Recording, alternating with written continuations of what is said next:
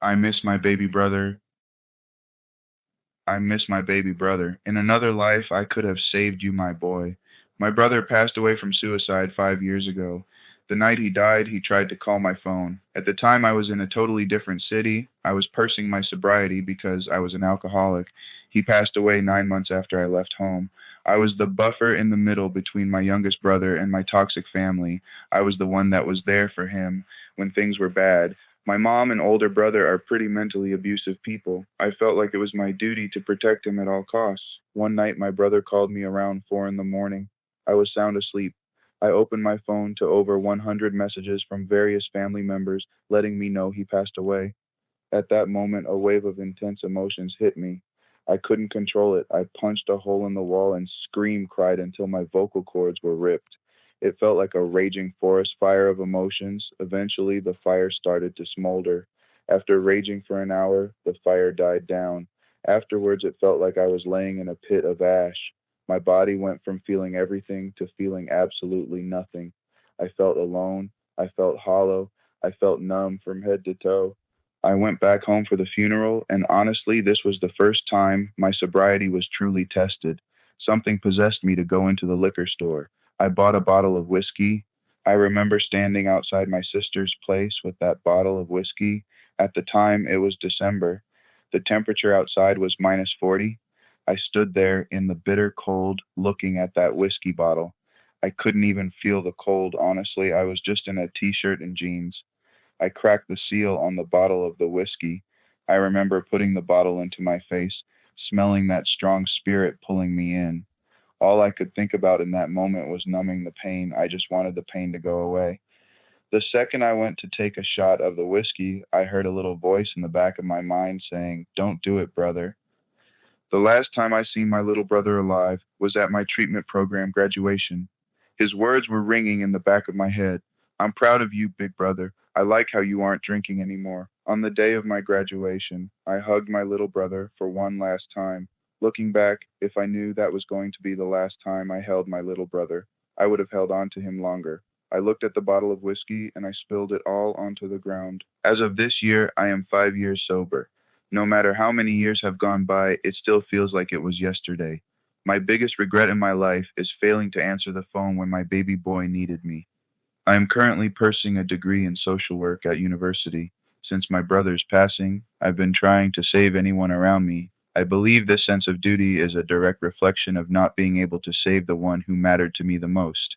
I think of suicide at least once a month. I just miss my little brother so much. Rain, I'm so sorry. I was supposed to be there to protect you. I failed you as a big brother. I know you'd still be with me if I just answered that call. This is the guilt I'm going to carry for the rest of my life. I just want my brother back. I miss who I was before my brother died. The best way I can describe it is that there is a melancholy with everything I do. Since that day he left, he took a part of me with him. Happiness shines bright, however. There is a bittersweet sense of loneliness that goes along with it. You can be feeling amazing or genuine happiness with an accomplishment or life goal, but it sometimes feels empty because you can't share it with them. The deep sense of pain I feel, that deep pit of loneliness, that feeling of being trapped in one's own mind, thinking of every what if scenario, is spiritually and mentally exhausting. I now understand that the pain I feel is a direct reflection of the love I had for him. Because I will never stop loving my brother, that means I'll never stop feeling this pain.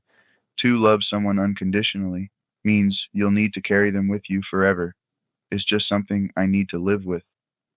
Time does heal, but some nights it will feel like yesterday. I broke down crying today when Life is a Highway started to play on the radio. My brother's favorite movie when he was a boy was the movie Cars. As an older brother, I watched that movie with him over 1,000 times. In another life, I could have saved you, having one of those nights. I miss you so much, my boy. There's not a single day where I don't think of you. Thank you for coming to visit me in my dream yesterday. You're no longer in pain anymore. I will carry that for you now until we see each other again. L underscore Haroldo replied, "You didn't fail him. No doubt your example was the only thing that would have kept him as strong as he could be. I should know. My wife was that rock for me like you were for your brother. I see. Outlaw Secret said, I'm just sobbing. I totally relate. I lost my little bro too, and the what ifs swirl often. If only I had. I think how goddamn lucky we were to be so damn close. How damn lucky you two were to have each other. The gift is that we can see the pain in others like mind readers. We are now even more empathetic than ever. We carry the torch of healing and love. We feel it all so deeply, and what an honor to love so deeply. What a privilege to have had such a connection. Your brother would be so proud of you, and you'll spend the rest of your life sharing that ripple of pure love. I'm so sorry for your loss. May your brother rest in peace and guide you through every ebb and flow that this life offers. The ripple of your love is infinite and flows into every child and person you help. Thank you for pouring that bottle out. Here's another story. Get ready and let's dive in. I cheated less than a year into marriage and destroyed everything. I, 31M, destroyed my marriage less than a year after getting married, and I'm still living with the consequences. My wife, 29F, and I had been together for almost 10 years before we married. Looking back now, there were cracks long before the wedding, mostly around money. She owed me thousands, had credit card debt, Klarna and buy now pay later balances, and would regularly take money from our joint account without telling me. It happened enough times that it became normal. Even though it constantly stressed me out, I refused to buy a house until she was debt free, and we set April 2026 as the target date to clear everything. Despite that, she still spent heavily. She went on 3 trips abroad: New York, Spain, and Boston. And during the Boston trip, I noticed large amounts missing from our joint account again. In December, we had an argument after she sold games to CEX that she had bought on finance from Curry's because she was short on money. That moment stuck with me because it felt like proof that nothing was changing financially. There were other issues too: long periods without intimacy, me doing most of the cooking and housework, and her struggling with anxiety and withdrawing into gaming and TV.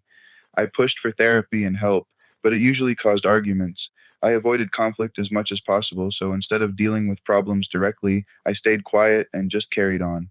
Around October, I realized I wasn't happy anymore. At the same time, something in me started changing. Outside of the relationship, I began feeling more confident. I started talking to people more easily and felt less reserved than I used to be. For the first time in a long time, I felt like I was growing as a person, even though my marriage felt stuck. Around then, I became friends with a colleague at work. We bonded over music, films, and TV shows. I found her attractive, but at first, I kept things friendly and spoke openly about my wife. When I mentioned this colleague to my wife, she immediately didn't trust her, which made things tense. Over time, I started talking to this colleague more and more. I stayed late after work just to talk to her.